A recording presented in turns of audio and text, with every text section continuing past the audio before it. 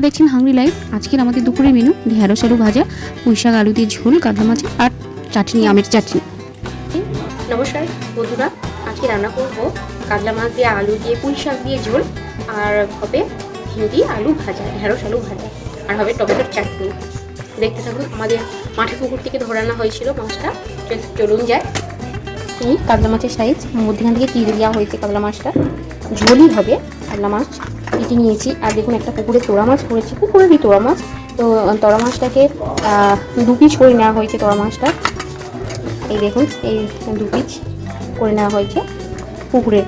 আর এটা হবে ঢেঁড়স আলু ভাজা, পেঁয়াজ দিয়ে হবে। আর এদিকে হবে পুঁই শাক, আলু, পেঁয়াজ, আর হবে জিরে বাটা দিয়ে।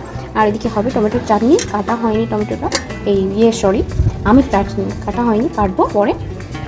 চলুন যাই। চলুন, ভাতটা বসিয়ে দিয়েছি, চাল দিয়ে দিয়েছি, দিয়ে গ্যাসটাকে জ্বালিয়ে দিই। চলুন। আর এদিকে প্রচণ্ড হাওয়া হচ্ছে, তাই জানলাটা বন্ধ করে দেবো। চলুন, ওই থাক। এদিকে চলুন, গ্যাসটা প্রথমেই ঢেঁড়স আলু ভাজাটাকে ভেজে নেব। ওখানে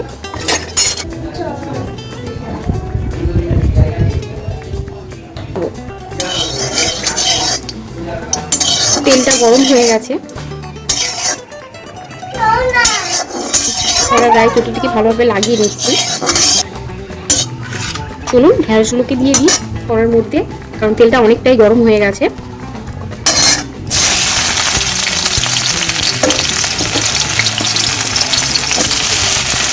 ঢেঁড়সগুলো ঢালা একদিন দেখা যাবে, হয় না, আর ঝুলে যা হয়।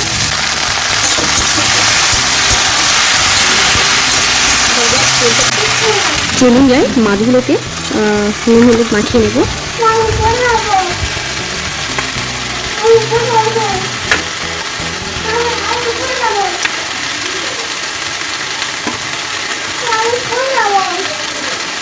এই দেখুন, এই মাছটা পেটে উঠে ডিম হয়ে গেছে। লবণ দিয়ে দেবো ভালো করে মাছগুলোর গায়ে।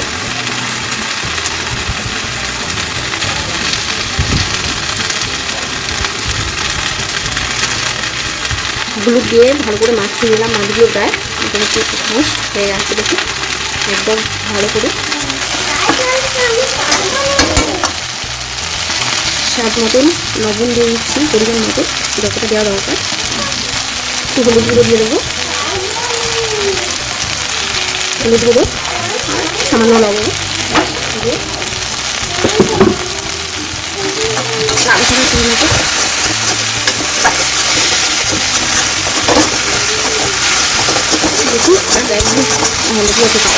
তেলটা গরম করা হয়েছিল, তো খুব গরম করে কিন্তু দেওয়া হয়েছে। তাও ঘরের গায়ে লেগে যাচ্ছে। একটু আগে ঢেঁড়স একটু হড়হড় করে, তো সেই জন্য তরকারিটা প্রথমভাবে লেগে যাচ্ছে। আর দেখুন, এদিকে ভাত কিন্তু পুরো ফুটছে। ভাতটা হয়ে এসছে। আমার আলু ঢেঁড়স ভাজা একটুখান থেকে স্টাইলে আমি নামিয়ে নেবো। একটুখানটা নেবো।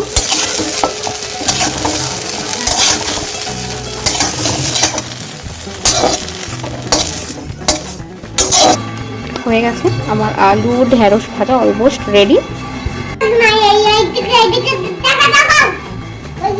হয়ে গেছে। ভাত বন্ধ করে দিলাম।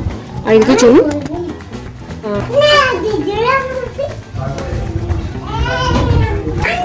মাছটা ভেজে নেবো। তার জন্য তেলটা কড়াইটা এমনি থেকে গরম হয়েছিল, যেহেতু আমি ঢেঁড়স আলু ভেজেছিলাম, তো তেল দিয়ে দিলাম। তেলটা একটু গরম হোক।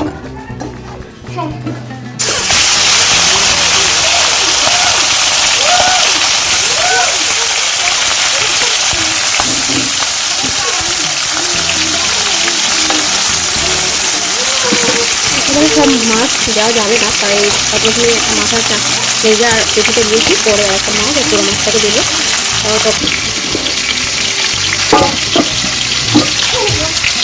এটা গড়িয়ে রেখেছি।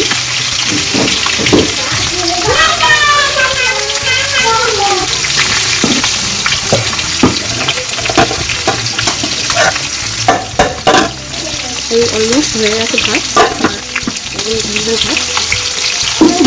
চলুন, মাছটা একদম অলরেডি ভাজা হয়েছে। নদীটা উল্টে নেবো। চলুন, লাল হয়ে গেছে একদিকটা।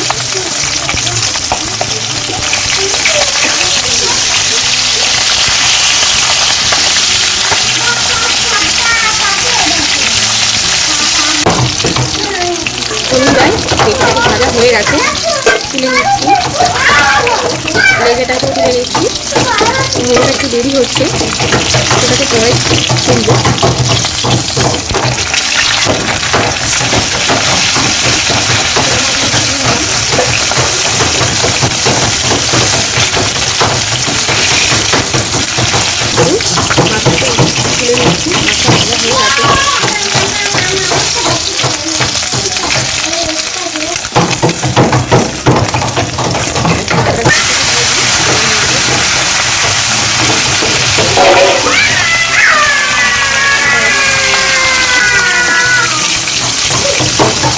চলুন আর একদিকটা উল্টে দিই।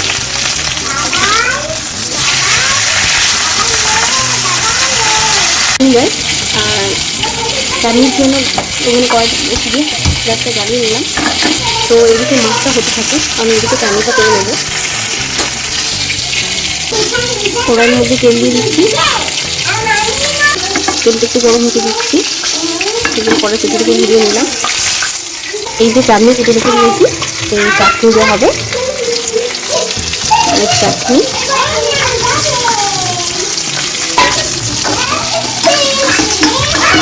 নেড়ে চেড়ে নিচ্ছি।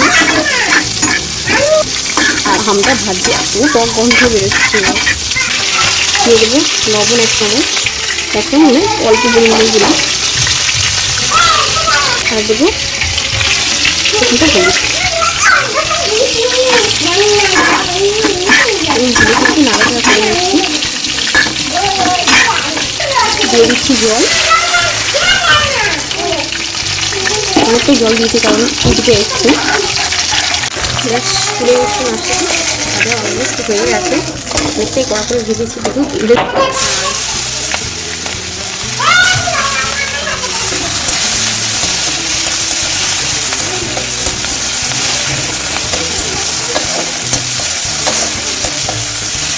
আর দেখুন আমার একটা ভুল হয়ে গেছে। আমি দেখুন পেঁয়াজটাকে ঢেঁড়স আলুর সঙ্গে দেওয়ার কথা ছিল, আমি ভুলে গেছি। এর মধ্যেই ছিল বলে আমি একদম ভুলে গেছি। একটু পরে আমি ভেজে নেব। চলুন সবজিগুলোকে দিয়ে দিয়ে এবার এক এক করে।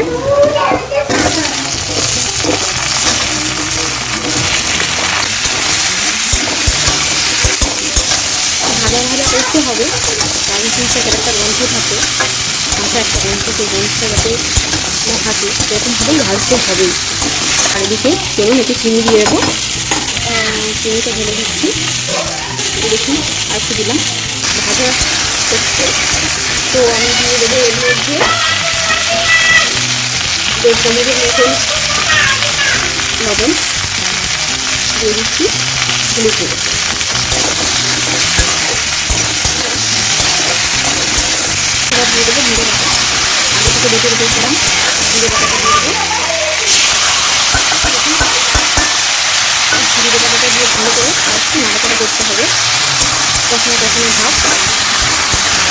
আমার কিন্তু চাটনি রেডি। বুঝতে পারছেন চাটনি রেডি পুরো। ঝোল ঝোল কত করেছি আপনারা করিনি। সেটা ঢেলে দিচ্ছি একদম ঝোল ঝোল। এই যে আমার চাটনি পুরো রেডি।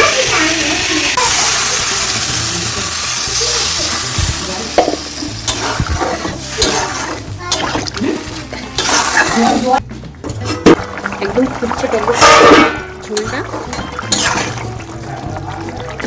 সেদ্ধ কিন্তু হয়ে গেছে কিন্তু অনেকটাই। আর চলুন মাছগুলোকে দিয়ে দেবো।